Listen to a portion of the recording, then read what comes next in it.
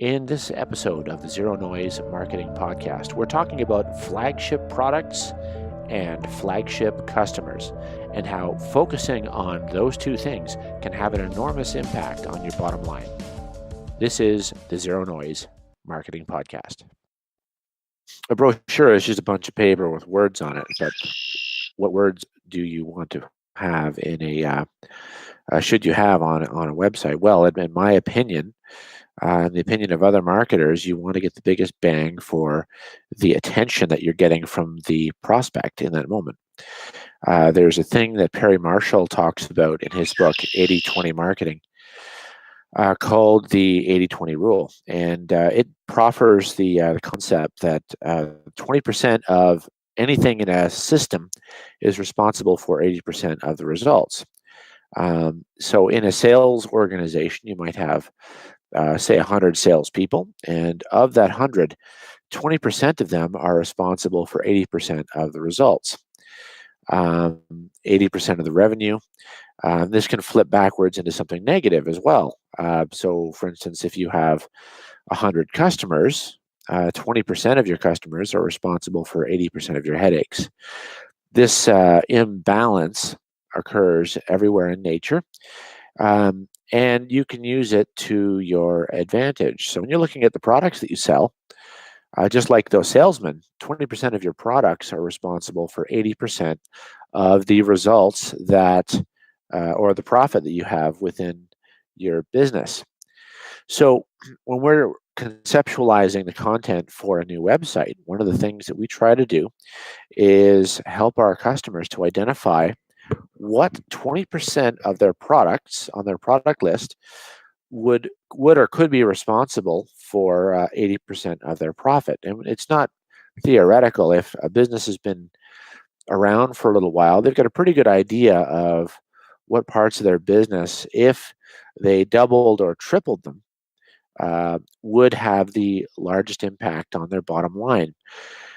For whatever reason. It could be a large ticket item. It could be something that's very easy to deliver based on the assets and talents and market position, um, or even a unique process that they have.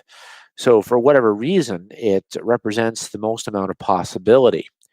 And we colloquially have called this kind of a product or this set of products a flagship product. And I like the term flagship product because, like in the Navy, um, just because you have a flagship product or a flagship in a Navy, sorry, just because you have a flagship in your Navy doesn't mean it's the only boat you have. It just means that it assumes a kind of a cornerstone or key role in the strategy of your Navy in that case. So flagship product is very much the same thing. It's the thing you do the best. We see that Apple started out with the flagship product. It had one or two products after Steve Jobs came back. He was kicked out of Apple and then returned. And one of the first things he did was he de-emphasized uh, in a very severe way most of the products that they had there. And by de-emphasized, I mean, in their case, you just got rid of them altogether, and they put all of their emphasis on the things that had the most amount of potential in the marketplace. So, how do we emphasize and de-emphasize, uh, emphasize the important products and de-emphasize the ones that are not as important? Well, it doesn't mean that the de-emphasized products are not going to be sold anymore, or that you're going to stop delivering that value to customers who are already buying it from you. I have a landscaping customer, for instance, who, while he does not actively advertise lawn cutting, on Sunday afternoons he does drive his riding lawnmower down to his neighbor, this little old lady he knows, and cuts her lawn. It's not something he goes out of his way to advertise. He doesn't make much money on it, but it's something he still does. And he does that and a couple of dozen other things. But the flagship product for him is landscaping on shorelines for cabins and for high-end homes and that kind of thing that have property on the shoreline. So again, it doesn't mean that you're not going to spend any time with the rest of the boats in your fleet. It's just that you understand that the flagship is the core product, the core um, profit driver for your business. And so, as such, you put most of your emphasis there. All of the marketing doors on your building all lead into the same room, ultimately bringing someone along to this inevitable flagship product. Uh, how that might play out in the example I mentioned earlier, the landscaper, maybe he has a landscaping customer who he's done 500 to $1,000 worth of work for in the past. Say every year or so, that customer brings them back and has them do the same things every year. But in his marketing, on his cards, on his website, and on all of his marketing communications, it is clearly stated that he is the expert in um, shoreline landscaping. And so eventually, that customer may become a consumer of that flagship product. And so, just like the Amazon example, perhaps you've heard of the long tail principle. On Amazon.com, they have I, sh- I wouldn't even be able to guess hundreds of thousands, if not millions, of products or SKUs. Um, and of those products, there are best sellers, which are responsible for most of their, well, a large chunk of their revenue, but the long tail, right? That is to say, the little transactions, the thousands and thousands and millions of little transactions that bring the mass audience and their attention to bear at Amazon, why everyone uses Amazon for some reason. Uh, these people that are buying all of these very specific things for themselves uh, from their massive catalog will probably also avail themselves of the best sellers.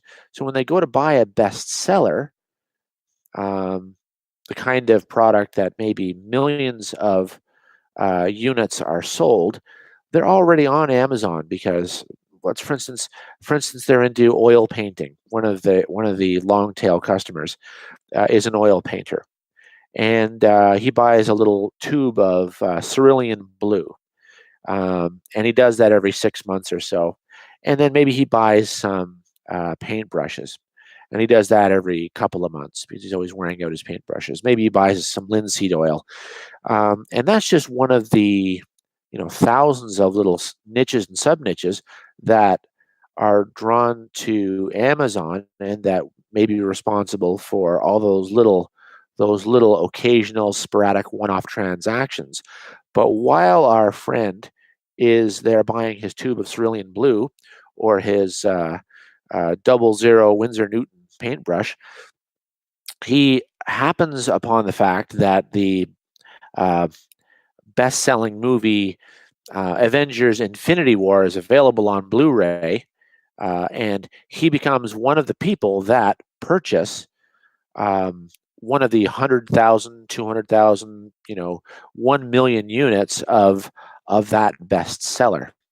So those flagship products are made saleable by an enormous legion of people who are coming to consume products from the long tail. So the rest of the to go back to our battleship analogy, we have the rest of the boats are supporting the flagship, and the flagship's success is in some part a a product of the attention that comes from all of these secondary or tertiary or whatever comes after tertiary products. They're not, you don't sell as many of them, but you sell so many of them, so many of these individual niche and sub niche products that you get support for the bestseller.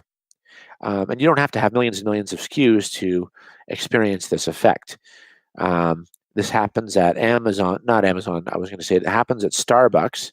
Starbucks sells lots and lots of cups of coffee. And of those coffee drinkers who are always in there buying coffee, spending $2 here, $5 there, whatever, lattes, scones, what have you, muffins, uh, there are a 1 or 2% who will purchase their espresso machine, which is a couple of $1,000 maybe. I don't have actual numbers on the cost of their espresso machine, so don't quote me, but they have a flagship product that gets sold once in a while, and it could be responsible for more revenue potentially, but it's made possible by the support of all of these smaller transactions that bring attention to the flagship. So back to our landscaping idea. So we have the flagship product, and that's interesting. And we have a flagship customer. So once we kind of identify a product that we would characterize as a flagship product, could be responsible for great gains if we sold more of them, we can start to explore the characteristics of the customers who are purchasing this kind of product.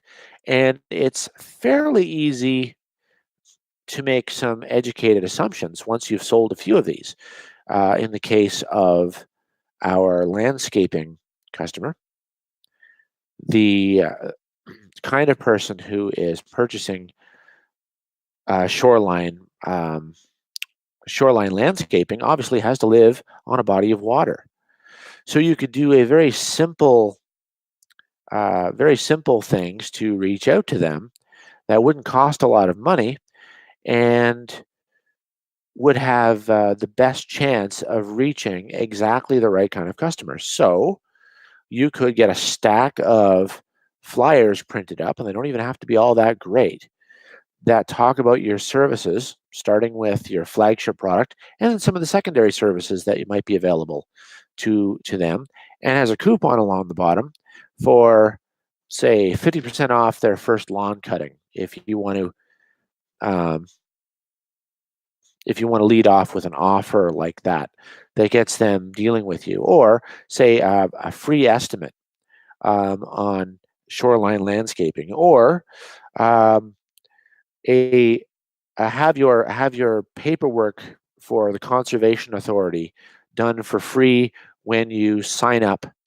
for shoreline landscaping before the end of May. Actually, that's not a terrible idea. I might have to give them a call and tell them about that. So you have an offer that your ideal customer would find intriguing because they're already thinking about that. One of the characteristics of this ideal customer is that they may already be thinking about the solution that you're offering. So it may be enough to just agitate the problem that they have or the aspiration that they have. For instance, you might say, "Would you like to be able to get down to the water more easily this summer when you're spending people who own cabins and cottages are maybe only spending a few weeks out of the year down there. So they want to make it count. They don't want to be spending all their time wrestling the boats up and down the bank. Um, or there may be accessibility issues in their life. There may be older ones in their family who would like a nice set of stairs. Perhaps they're getting older. Perhaps there's little children. You don't want them tumbling down the hill. So you can agitate the potential problems or aspirations that they have for the thing that you are potentially in a position to help service. So those are just some basic principles. I've talked a lot longer than I thought I was going to here. Um, Here's some basic principles that can be used to make bigger gains in your business, whatever it happens to be. Starting out with identifying a flagship product, and then analyzing the consumers of that product that may have existed in the past, or if it's something new that would make a big difference, to make some educated assumptions and then test those out to see how close to reality that they are. So try those out. If you want to talk more about identifying flagship products and reaching out to flagship customers, that is the area of our business that we bring the most value to our customers with. That's where we can make the biggest impact on your bottom line. And that is where most of our thinking and our strategy is focused on being able to do that more effectively. So I hope this has been useful to you, and it's been fun and a pleasure to put this together. If you want to reach out to us, you can find us at jaeson.com, and I hope you have a great day. This has been the Zero Noise Marketing Show. Connecting with the right prospects in an authentic way doesn't have to be complicated. If you think authentic, zero-noise marketing might be right for your business, find out for sure by contacting us for a free consultation session. I'm Jason Tanner. Thanks for tuning in.